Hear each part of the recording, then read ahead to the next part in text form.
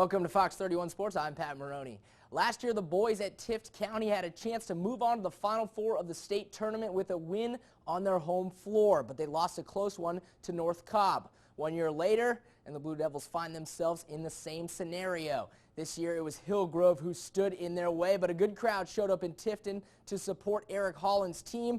The Blue Devils, though, were a bit sloppy early. This is a turnover, and B.J. Brown of Hillgrove, he doesn't slow down.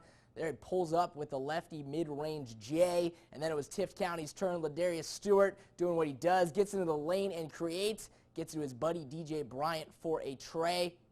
Then the Hawks went on a little run. Kyle Caslin gets inside, gets a defender in the air and lays it in. Nice play there. And then Keith Ray passes to a teammate, spots up for three, and he drills it. Plus a questionable foul call down low. A lot of questionable calls, actually. Then after another empty Tift County possession, Caslin pushes and pulls up from mid-range. But the Blue Devils got it rolling and would not be denied. Great block by P.J. Horn. Leads to another three here from Bryant. And the Blue Devils are headed to Georgia Tech for the Final Four on Saturday after a 56-47 win over Hillgrove.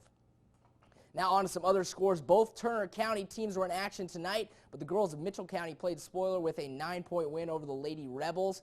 The boys made up for it, though, with a win over Portal to head to the Final Four at Savannah State.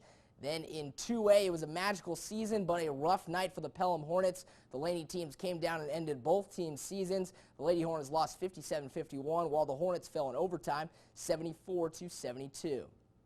Now a GISA score for you. Gordy Gruel's Deerfield Windsor Knights move on with an overtime win over John Millage. And then back to the GHSA right here in Albany. The Westover Patriots clinch a spot in the 4A Final Four at West Georgia with a 68-51 dominating win over Glen Hills. I caught up with a couple of Westover's key pieces after the game.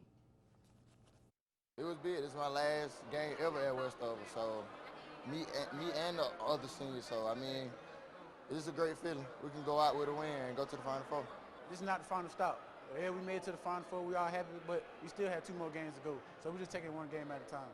Defense, defense, defense. Defense wins championships. And when we play great team defense, that's Final Four is the outcome.